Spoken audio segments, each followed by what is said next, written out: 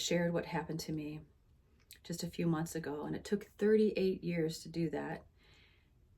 I wish I would have shared it sooner. Of course, I didn't know that I could. I didn't know that I could for several reasons.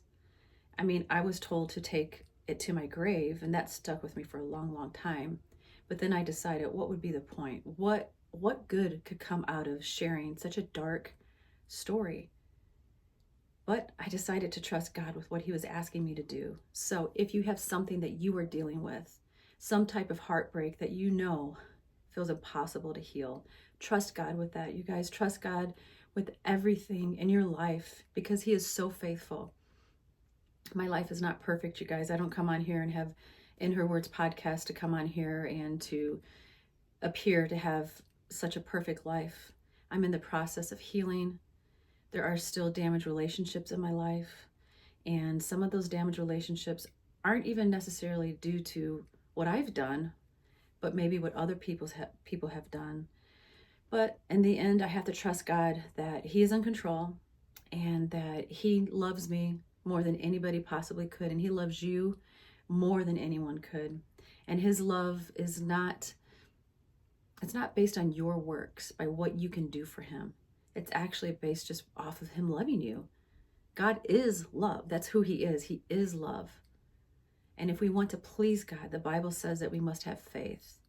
And I have had to, you guys, in 2019, when I was divorced, I was 50 years old. I was living in my dad's basement at 50 years old because when I was married for those 24 years, I was a stay-at-home mom. And even though I worked for several different companies, I worked for a nonprofit company at that time, and I wasn't making much money. I don't have a degree. And I was living in my dad's basement. And I remember my dad being really upset and worried for me and saying, "What are you going to do? What are you going to do, Monica? How are you going to make it?" And I just remember speaking in faith and saying, God's going to do it. Man is not my provider. God is my provider, and God will make a way. And that's what's so cool, Dad, is that when things look absolutely hopeless, when you put your trust and you put your faith in God and you rely on Him for everything, He will come through. And that's what a miracle is, right? And my life is a miracle. My life has been a miracle since I was born.